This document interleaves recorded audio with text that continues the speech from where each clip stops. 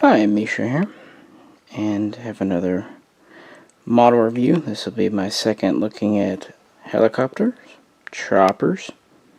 The first one we did was on the Huey, of course, the UH-1, later used throughout Vietnam. So this time we're going to look at another aircraft that really dates back to the same time period as the Huey, the CH-47 Chinook. And I have two models on the table I'm going to be doing a comparison to. Have a 172 diecast from Corgi here. This is a British version. And have a 172, well, it's called diecast. I'll get into that later. I think that might be a stretch, frankly, from Forces of Valor, which is a cheaper model, but not that cheap. And it's in an American guy's livery. So what do we have here? First, a little blurb about history, as always. The CH-47 Chinook is a medium to heavy transport general purpose helicopter. It was developed in the late 50s, went into service in the 60s, and is still not only in service today, but still being produced, ordered, produced, and modernized and upgraded. So it's a very successful design. Well, it dates back to around 1956, about the same time the Army was getting into the program that would lead to the Huey. They also wanted a heavier lift helicopter, and a company named Vertol was working on the V107, and the big thing, they wanted to replace older piston engine with a turboshaft engine, turbine type, for more lift, power, so on and so forth. The Army examined the V107 in 1958, designating it as the YHC-1A. While they liked it alright, they really thought it was kind of neither fish nor fowl. It wasn't light enough to be an assault, like a troop transport chopper, like the Huey would eventually become, but they didn't feel it had quite enough power to be a truly heavy lift chopper. That resulted in Vertol going back and coming up with the Model 114, which would be tried again by the military as the YCH-1B. It would fly in 1961 and be adopted, and then it would receive the official designation CH-47A in 1962. It was mostly an Army thing, but there was Air Force involvement in its procurement and, selection and all that. When this went into service, it was one of the fastest, if not the fastest, heavy lift helicopter in the world. And even today, it's still very respectable. It can get up to nearly 200 miles per hour and can cruise at over 180 quite easily. It has a ceiling of about 20,000 feet. The body is just under 100 feet long, and it's just over 12 feet wide. Originally, it could carry about 20,000 tons in Vietnam, but more recent versions have upped that to 25,000 and more. It has a large internal bay. It can also hook things on the bottom. It has several doors and hatches, including the big one in the back that you're familiar with. It is armed with 3 machine gun mounts, 2 on each side in the front, and then 1 in the door in the back. You can pretty much mount any medium machine gun you might want there, from the M60 through the M240 and so on. It's not a combat craft, although it's definitely military. These first went into Vietnam in 1965, and they were really used predominantly to transport artillery into place and keep them supplied with ordnance.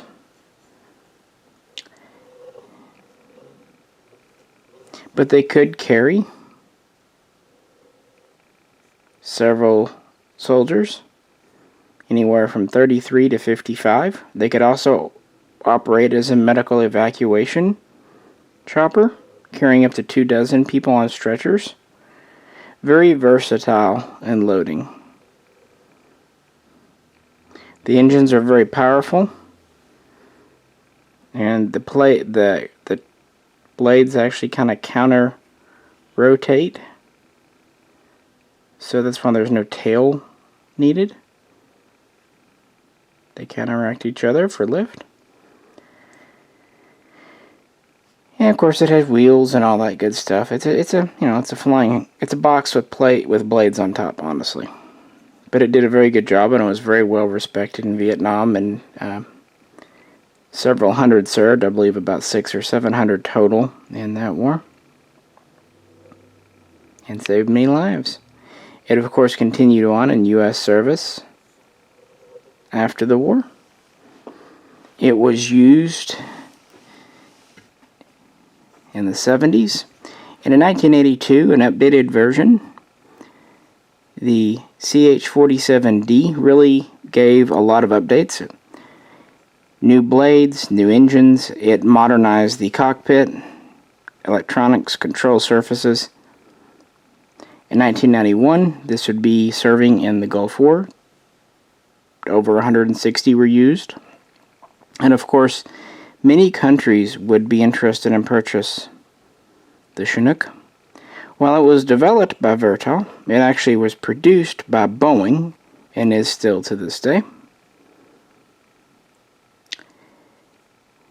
More recently, a modernized version known as the CH-47F has been introduced, and it has essentially a modern digital cockpit with lots of computers and whatnots, and it is more hands-off. It doesn't require as much manual stuff.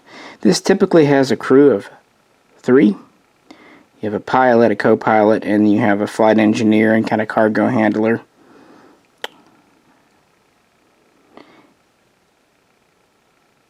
And yeah, that is it. It's a big heavy lift chopper.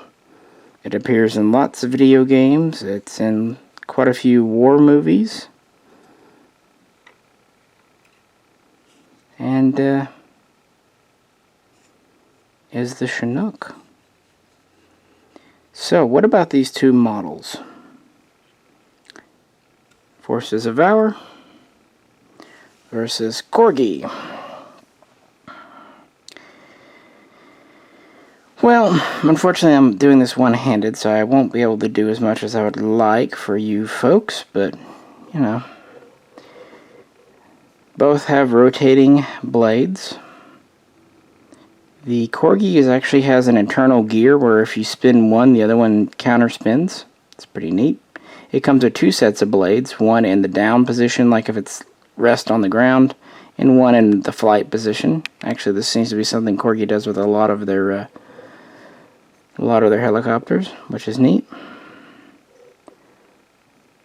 It's pretty well closed up when you get it. This back door not only opens, but it has a pull-out ramp. It's articulated in a couple of spots. And it even has a little machine gun inside, which is kind of neat.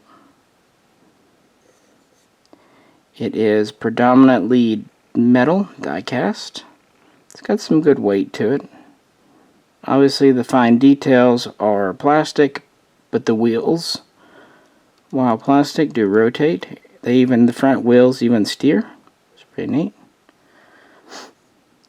Comes with the antenna installed on the front, and it has crewmen inside. And this is in a RAF livery.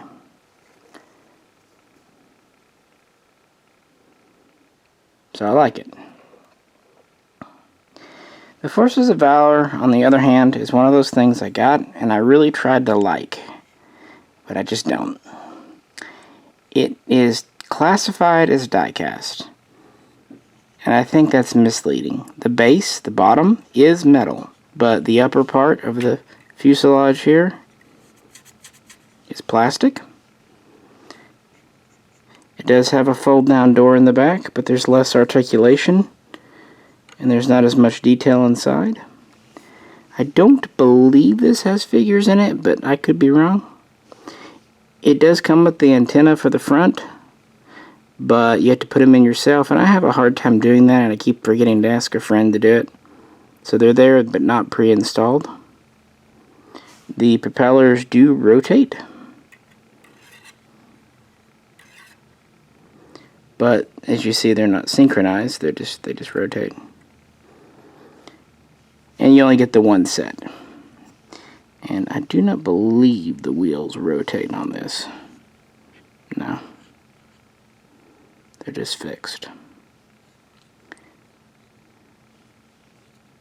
So it just doesn't have as much of a substantial feel. And for such a big chopper, you kind of want that. Like the Air Force One Huey has a lot more metal to it. Of course, it's 1/48 scale, but still. Price-wise, these are in the $40 to $45 range. And they do make several paint schemes, so they're reasonably priced. Quality of detail is fine. Forces of Valore does that fine. And you can pick the scheme you want. The Corgi does cost more, depending on where you find it and which one you get, because they do a few different ones. I've seen these in the $70 to $90 range. Might be able to find them a little cheaper with some coupon codes and stuff. So, not about double, frankly. Maybe not quite double, but close to it. But frankly, I've always been a quality over quantity person. I'd rather have one good CH-47 Chinook. And since there aren't many options, as I said in the Huey video, they just don't make many helicopters. I definitely recommend the Corgi over the Forces of Valor if you can find one. The propellers are really fun to play with too because of the gear, as is the little fold-down ramp. But I, generally speaking, have been very impressed with Corgi. Also, the stand it comes with, it stays on a little better. The Forces of Valor just kind of sits on it. It's got a peg in the back and it sits on the wheels in the front. It's fine, it has never fallen off on me. But this one actually kind of plugs in a bit. Still not the most sturdy stand. I think they could have done a little better, but hopefully it is enough to not let it ever thump over. So there you have it. I figured I might as well do this since there aren't many diecast helicopter videos on the interwebs. Did my best as always, folks. Hope something got in the screen. Any questions or comments, do please post them below. If you could, like, share, and subscribe. And so I'd like to remind you, if you use Misha, M-I-S-H-A, as a promo code at Pete's Collectibles, you'll get 15% off and a good deal on shipping. So if you like, give that a go. He does carry both of these brands, by the way. This is Misha, and I'll catch you very soon. Next time.